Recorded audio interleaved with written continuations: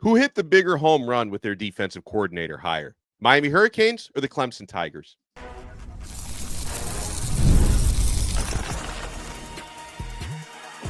You are Locked On ACC, your daily podcast on the Atlantic Coast Conference. Part of the Locked On Podcast Network, your team every day. Shout out to the everydayers, and thank you so much for making Locked On ACC your first listen and your first watch today. We're available free wherever you get your podcasts. We're free on YouTube. We're part of the Locked On Podcast Network, your team every day. He is Kenton Gibbs from Locked On Wolfpack. I am Alex Donno from Locked On Canes. On this episode, we'll talk about a way too early preseason ranking from a different publication for the top 10 quarterbacks in the ACC next year. I don't think my guy Kenton is going to be too happy to see how C.J. Bailey gets disrespected. We'll talk about that. We'll talk about in hoops, Cooper Flagg for Duke. I mean, what a torrid pace he's already on. Is he going to be a runaway number one overall pick in the NBA for next year? We'll talk about the biggest football games on the ACC schedule next year. So Kenton, within the past week, the two big defensive coordinator vacancies in the ACC have been filled. Miami got their guy in Corey Hetherman from Minnesota.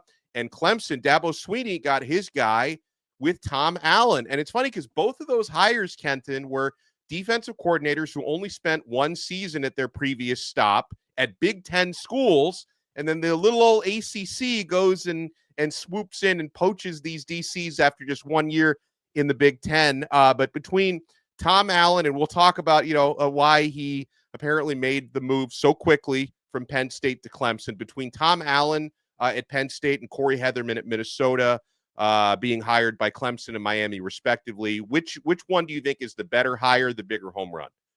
I think they're both really good hires. I think Miami had the better. Yeah. I think Miami I give Miami the slight edge for better hire. Excuse me. What Miami's now DC, Minnesota's former DC, did with a defense that, let's just be honest, nowhere near as talented as Penn State's, was nothing short of phenomenal. I would argue he saved Fleck's job. I would argue there's not a world where Fleck is coming back as the head coach in 2025, 2026 without the defensive coordinator that, again, did great things and coached that defense up to go from middle of the road to phenomenal overnight.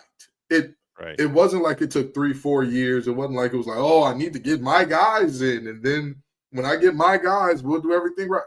They came out the gates swinging. And so, don't get me wrong. Tom Allen is a good hire. He's a good hire. I think he's a really good defensive coordinator. I think he's done some really good things in the coordinating world. I'm just not seeing a world where he's a better hire on top of not having the same type of output last year. I believe that Miami's new defensive coordinator hire is significantly younger than him as well, or am I incorrect there? 10 years younger. Yeah, Tom Allen is actually younger than I thought he was, but he's 54. Hetherman is 44 at Miami. Yeah, so I look at Hetherman and I say, that looks like the better hire to me at the moment. I don't really see a world where Tom Allen is the better hire. You know what? I thought we were going to have a debate on this one, but we actually agree. And I'm obviously Kenton's wearing the neutral colors. I'm a little bit more harsh to Miami, but something that stands out to me statistically, and you touched on it a little bit, but here's the numbers for what Hetherman did last year at Minnesota. So he took over as defensive coordinator last season. And he took over he inherited the 69th total defense in college football, and he turned it into number 5, from 69 to number 5. Tom Allen took over what was under Manny Diaz the previous year, the second-ranked total defense in America, and turned it into the 7th-ranked total defense in America. So I know, I'm not saying Allen isn't a capable defensive coach. He is, and I think the advantage that his resume would have over Hetherman's, and why a lot of people were maybe a little bit more wowed by the Tom Allen hire. He's got, so many years of head coaching experience. He's got a longer resume than Hetherman has, but at the same time, I think Miami jumped on their guy, and I think he's a good fit with Miami. I would also say that Allen is a good fit at Clemson, and probably similar personality-wise to Dabo Swinney. Now, here's where you're going to see the differences in how Kenton and I process things, all right? Because I I got a little sentimental when I was watching Tom Allen's presser at Clemson. Now, Kenton does not get sentimental the way that I do. So Allen, he's like breaking out into tears, and he's talking about how, making this move, because again, he was only at Penn State for one season. This will be his third different job in 3 years coming up. He knows people are going to be critical of him. I'm sure in Penn State, the fans are not too happy that he's jumping away after only 1 year, but talks about how he's got two adult daughters. One of them lives in North Carolina. One of them lives in South Carolina. His older daughter is expecting a child, and so he and his wife is going to be grandma. They want to be close to the family members, and I see that. I'm like choking up a little bit, Kenton. I'm like, man, the life of a coach is a difficult one. If you want to be close to your grandkids and your daughters, I totally respect that. Donno, we don't have to lie. We don't have to lie to kick it. And here's why I say that. If he wanted to be close to his daughters, and that was the most important thing to him, why would he be at Penn State last year? Do you know how much he's getting paid to not coach Indiana anymore? That's a good. What was his buyout? I don't even know. I'm $15.5 million, Donno. Wow. They're paying that man 8 figures to not come back. Wow. They said, you ain't got to go home, but you got to get the hell up out of here for right. nearly $16 million. But here's another very interesting tidbit there, Donno. He's leaving after 1 year. Oh, man. That's so unfortunate. And he wanted to be close to his family. So logically, of course, he probably took a pay cut, right? You think so? I mean, yeah, you make sacrifices for family. Of course he took a pay cut. Am I right? What if I told you he's going to make $500 million more over the course of just the 3 years that he's 500,000, right? Not I'm sorry, 500,000. I'm sorry, 500,000 more, not 500 million, 500,000 more. And for those of you who are going to look at me and say, "Oh, Kenton, you're just a hater, and that 500,000 is nothing in the grand scheme of things," show me your 500,000. Yeah. Send me your bank account with the 500K in it, and I'll shut up. Listen, let's just be honest about these things, man. That's the thing that pisses me off the most. I'm okay with coaches going and getting paid the same way I'm okay with players going and getting paid. Nobody's heard me trash T-Mac Cooley. Nobody's heard me trash Brandon C. Say none of the guys that left NC State to go get bigger bags elsewhere, and I never would. Go get in the words of Young Dolph, get paid, young brother, get paid. Go get the money. And I agree for the same thing for the coaches. But let's stop all this. I just wanted to be close to my daughters and my grandbabies.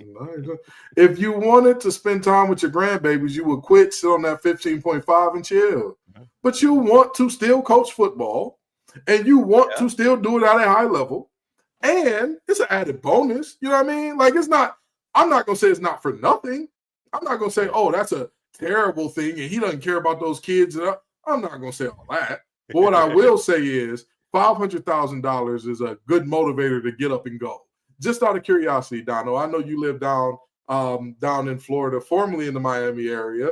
But if I were to tell you, hey, Donno, I'm going to give you $500,000 to move your family up to Raleigh over the next 3 years, would you take it?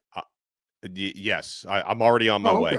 Oh, okay. That's a real offer, right? That's no. It's not. Hey, I'll get the $500,000. Give it. But all I know is that brother will be eating some Bojangles by noon tomorrow. Okay. And I love Bojangles. That's a bonus.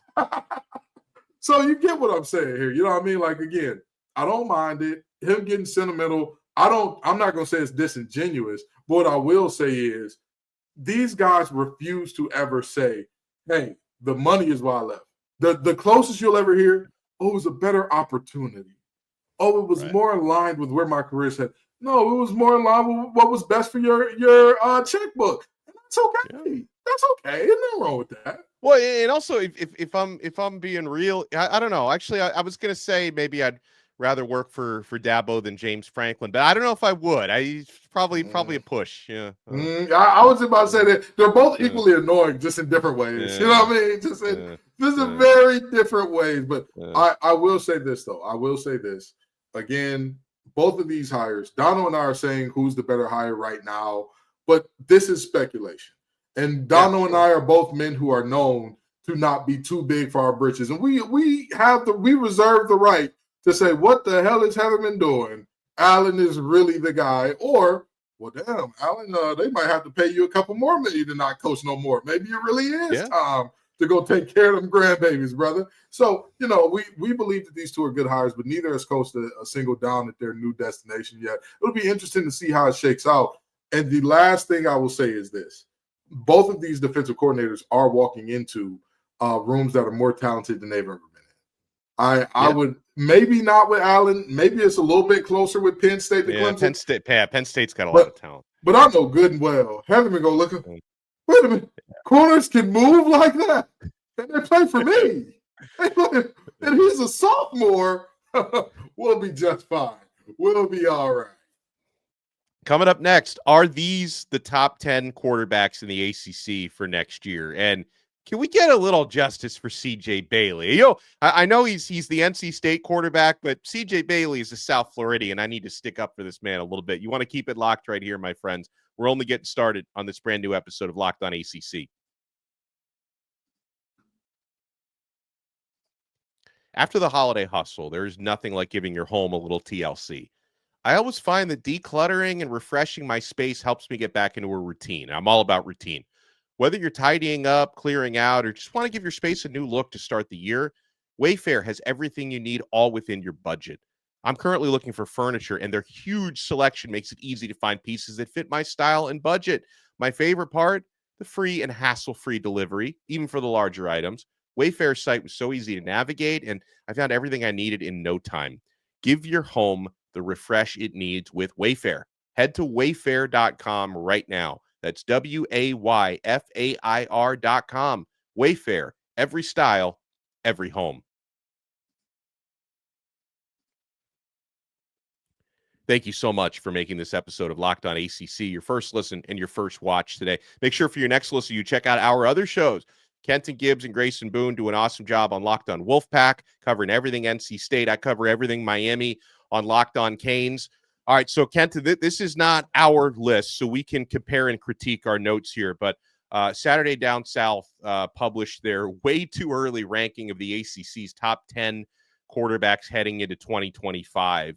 Let me start with, because, it's not that difficult to predict like the top 3 or the top 5. So let me start up there, and then we'll get down a little bit lower. Tell me if they left anybody out and if anyone is unjustly ranked, because I think there's probably a few who are. So they've got Cade Klubnik at Clemson at number 1. He's returning into his spot there at Clemson. They will be, I think, the favorites to win the ACC this coming year. They do have Carson Beck at Miami at number 2. And they have Kevin Jennings at SMU at number 3, ACC championship runner-up. Does that, to me, I think that top 3 is okay. Maybe we could split a few hairs. Maybe Beck could have an opportunity to be number 1, but, Klubnik had a great season, stability with the same program. So I'm not going to argue. Donno, this is where we are going to argue. What the hell is Beck doing at the top of that list? What has Beck shown? What has Beck shown anybody? Not at the top of the list is in number 1. What is he doing on the top half of that list? I mean this very genuinely. I have seen nothing from him to imply, hey, he's a needle mover. Donno, correct me if I'm wrong. Have you ever seen him in a situation? Have you ever seen him in a game where you thought Carson Beck is the difference? He's the reason. He's the guy. Have you ever seen that? Name me the game. Name me the game where you watched it and you were like, if Carson Beck is on the other team and, you get an average quarterback, he had a really good half against Alabama. He has had. Did Georgia win that game? I don't want to talk about that. Oh, okay.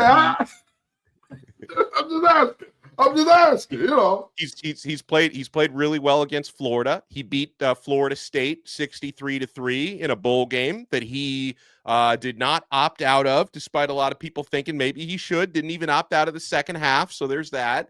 And he's thrown for 7,500 yards over the past 2 seasons. Threw for 3,500 this past year. Damn near 4,000 the year prior to that. Mm-hmm. Carson Beck has shown me something. 24-3. Record, Kenton. The man has only lost 3 games as a starter in his entire career to this point. Why not have Carson Beck in the top 2? because wins are not a QB stat. That is the entire team. I'm sorry to tell you, I haven't seen Carson Beck make a tackle. I have not seen Carson Beck stop a run. I ain't seen it happen. I've seen Carson Beck hit guys that are fairly open. I've seen Carson Beck make throws. I'd say, yeah, the college quarterback should make that throw. He's hit a couple. He's hit a couple throws. I'm not going to lie to you, Donno. That second half in the Bama game, that was a hell of a half. Knowing now what we know about he Bama. played really well against Tennessee, by the way, this year. 347, 2 touchdowns, no interceptions, and a 31-17 win against a team that made the college football playoff. Donno, I'm sorry to tell you. Again, I don't dislike Miami. You know, like you said, I got the neutral colors on. I'm neutral to Miami. Carson Beck don't belong on this damn list. He don't belong in this damn. Y'all remember how I talked about Cam Ward? I knew from the moment he signed up, I said, oh, Miami's cooking. This is different. He's different. Carson Beck is not different. In fact, he's exactly the same. He's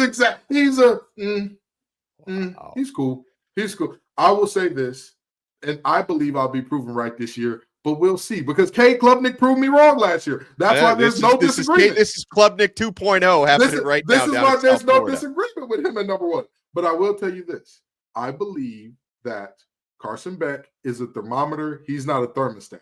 He will tell you the temperature of your offense. He does not turn the heat up. That's not who I believe him to be. We'll see. We'll see, though. I could be wrong, but I don't think I am. Wow. See, when you said you argued with the Carson Beck thing, I thought you were going to say he should be number one. I'm really hurt by this. Really hurt by this. I've seen nothing. He's going to show you something this year. And here's the thing. I'm okay with being wrong. I'm okay with being wrong. And if he shows me that I'm wrong, I'll come on here and say, hey, Miami fans, I was unfamiliar with your game. His offensive line at UGA was not good this past year. He's going to have much more protection this season, going up against ACC defenses. Hits a little bit different. All right, All right, let's continue the list. I think Carson Beck should have been number one. Kenton thinks he should be number 15 or something. All right, so we keep.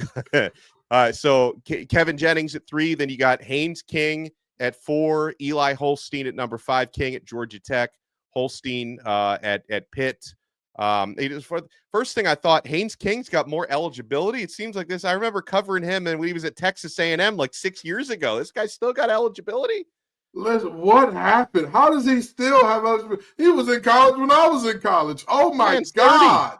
Haynes, get a job. Go fill out that application, brother. No, but seriously, Haynes King he's a really special talent. Him and Kevin Jennings, I would see them as more of a 3A, 3B than a true 3 and 4.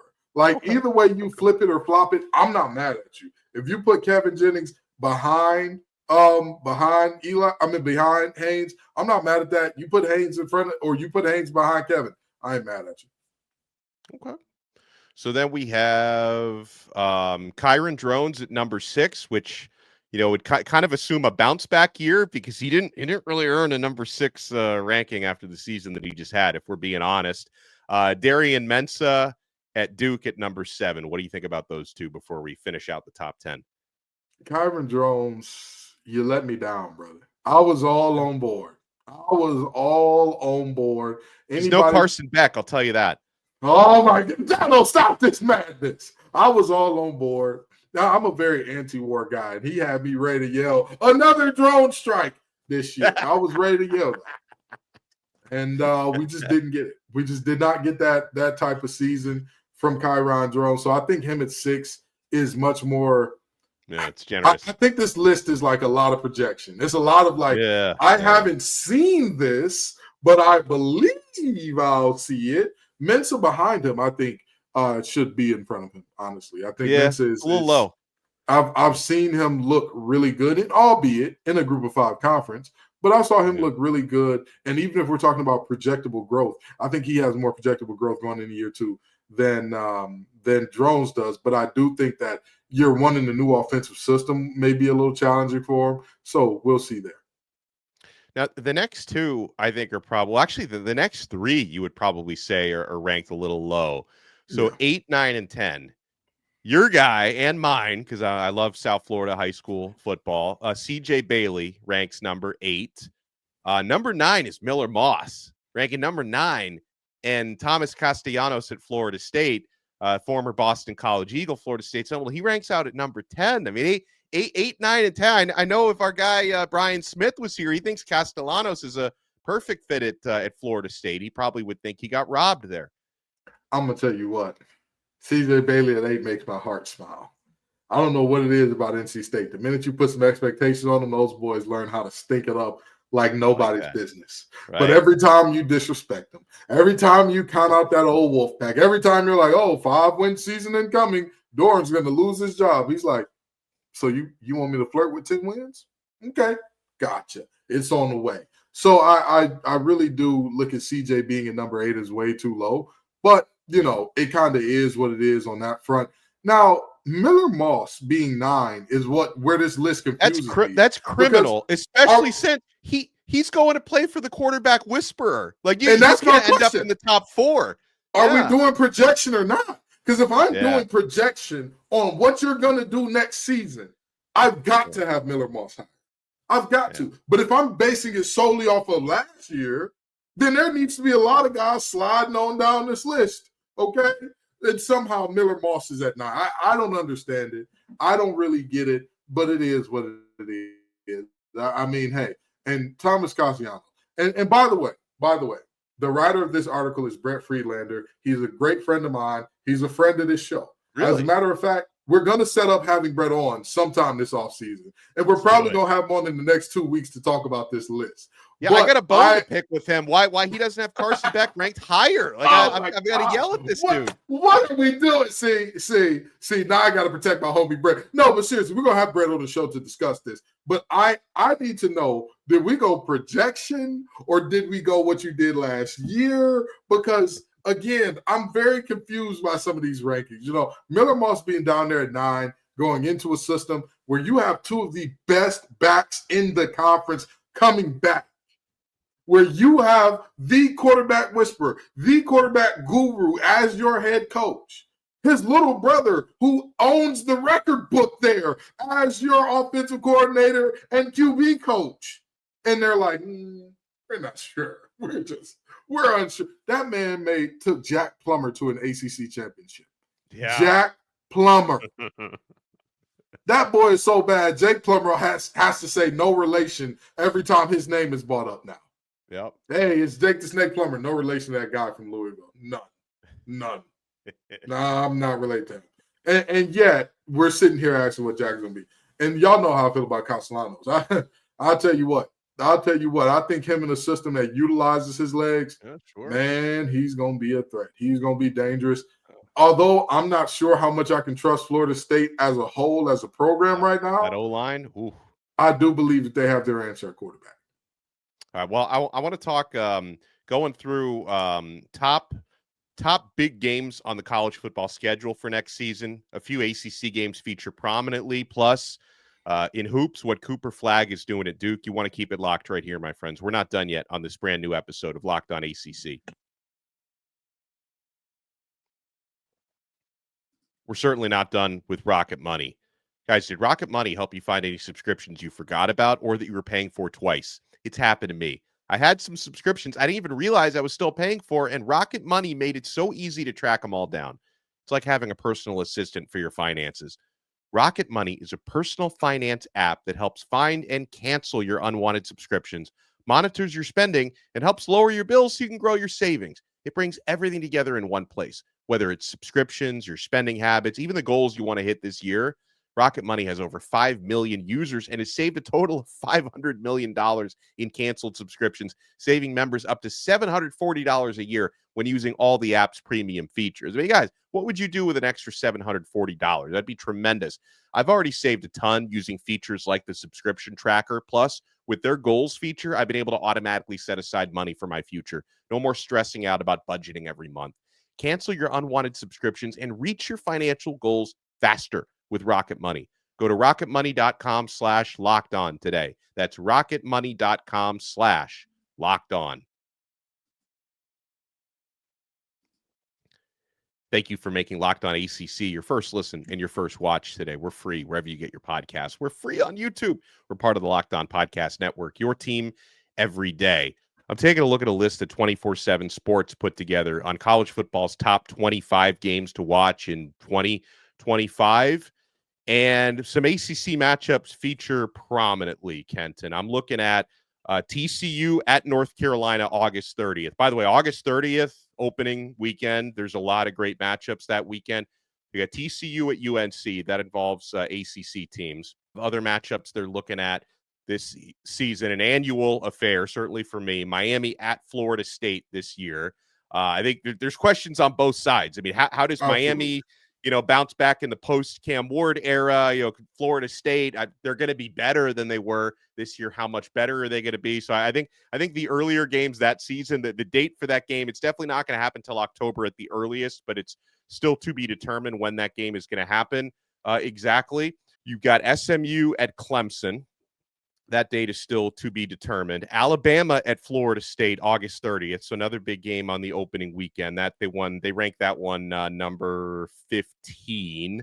LSU at Clemson, another one on August 30th. They ranked that one number 10. Notre Dame at Miami, August 30th. That's opening weekend as well. And I think that's it for the ACC matchups. But there are some good ones in there, Kenton. Which games are you looking forward to most this coming year? And a lot of those are August 30th. Well, I've got a level 25 lock for LSU and Clemson. The Tigers will win that game. Hey, I'm thinking in my head, I'm like, wait a second. I got something funny. The Tigers going to win that. No, but seriously, there are a ton of good games there. And there are good games for a multitude of different reasons. But Florida State, I need to talk to y'all for a minute. I'm going to touch y'all's shoulder when I say this. How many times does Bama have to teach you this lesson? They decimate your program every time. Yeah. Every time. Am I losing my mind, Donno? Did they not start the tailspin that eventually led them to Taggart via, we're gonna play Bama. We want Bama. And then all of a sudden, the program was broken. It was over that quick. Wow, what a time. But the rest of those games, I'm very interested in seeing a lot of those. It is going to be an interesting time to see Bill Belichick's college football debut. Don't get me wrong. There will never be a day where I root for the Dirty Foot Club, okay? I will watch them on that TV, and before I root for them, I'll root for the Asteroid. But with that in mind, I'm definitely going to be intrigued to see what that team looks like because very quietly, if you're being honest with yourself, Bill Belichick has assembled a hell of a staff. He really and truly has. And it is so detailed. And there are coaches that are, normally in college, it's like, oh, yeah, you got a tight ends coach that's also your special teams coach, or wide receivers coach is also to hire a guy that is specifically there solely for special teams and that type of stuff. That's big time. It really is big time to be that detailed. I've done my good deed for 2025. Don't ask me any more questions. I've complimented the Dirty Foot Club. So that's it. Now, with that in mind, again, that should be a great game. And I'm going to tell you what, Florida State, Miami. If Miami and Florida State can both find ways to have good seasons, if Carson Beck is who you and Brett Friedlander believe him to be, if Florida State can make Thomas Castellanos happen and they can protect him, they can put the pieces around him to have success. I think that game could be very big time. I think that game could have major, major implications, at least in the ACC, potentially nationally. Yeah, and I think the date is yet to be determined. So hopefully it's early enough in the season that Castellanos hasn't opted out yet, like he did this year. He gave you 8 games, said, I'm out. If I had to play for Bill O'Brien, I'll probably opt out too, okay? The man is a proven joke of a head coach that for whatever reason I'm sitting here screaming into the void about.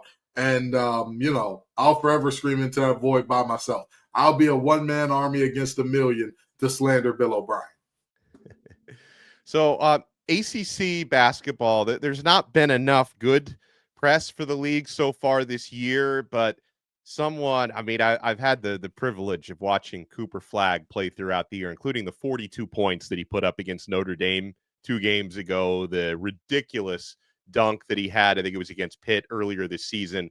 Sensational true freshman at Duke. He's averaging 18.7 points per game, but he seems to be getting a little bit better every week, Kenton. And listen, before he even played a quarter, played a half, I should say, at Duke, he was already being penciled in as potential number 1 overall draft pick. He's only solidifying his stock so far this season, and there's going to be some good prospects coming out of the next NBA drafts, but Cooper Flagg seems to be making himself a lock to go number 1 overall somewhere, whoever is privileged enough to win that lottery. Let me tell you something. That young man is putting up 19, 8, and 4 with a block and a steal and a half, shooting 35% from deep. In the words of Kendrick Lamar, it's not enough. Few solid scores left, but it's not enough. Cooper Flagg's stock is going to the moon right now. Cooper Flagg's stock is going off like if you were, let's say, going back to, I don't know, like 2008 with the chance to invest in Bitcoin. That man is taking Duke to whatever heights they want to go to, and he himself is making himself a boatload of money in doing it. He could pull himself one of the Bosa brothers moves and opt out for the rest of the year. Put a little tweak on my groin, and he'd be the number 1 pick. That young man is special. I mean, 6'9", with a handle. He can shoot. He can pass. He defends at a very high level. What can't the young man do? Yeah. Cooper Flagg deserves all the love that he's getting, because honestly, if you watch him play, where's the hole in the game? Where's the hole when you say, none? Hey, if you say, oh, he's sneaky athletic, stop it. He's just white. He is a hell of an athlete. He can run and jump with the best of them. If you say, oh, he can't shoot, his shooting has been getting better and better throughout the year. Yeah. I mean, if you don't believe me, let's just run back. Oh, I don't know. Let's say his last 8-9 games in terms of three-point shooting, 40%, 66.6%, 50%, 100%, 50%, 33, 40%. That is what that young man is doing. What? And of course, he's putting guys in the rim. He's going up and saying, hey, son, don't jump with me. Don't jump with me. You'll just end up on a poster. He's phenomenal. He's not a star in the making. He's a star that has arrived. Yeah. And he's such a phenom. He goes to college a year early, and he's playing like a grown man. It's insane. Early enrollee. It's unbelievable. Kenton Gibbs from Locked On Wolfpack. I am Alex Donno from Locked On Canes. KG, we'll talk to everyone again tomorrow. We'll have the squad to get. You're missing the squad, right? I'm sorry that you had to miss the next squad episode, but we'll you'll be with us in spirit. Exactly. I'll be with y'all in spirit, but don't worry. Like I said, we'll have a mini squad when we get Brett Freelander on the show to go over these blasphemous rankings, having my boy at 8 and Carson Beck at number 2. Yeah, you're going to argue with him about Carson Beck being ranked too high. I'm going to argue about him being ranked too low, and we'll all have a good time. We'll talk to you next time on another episode of Locked On ACC, part of the awesome Locked On Podcast Network. Your team every day.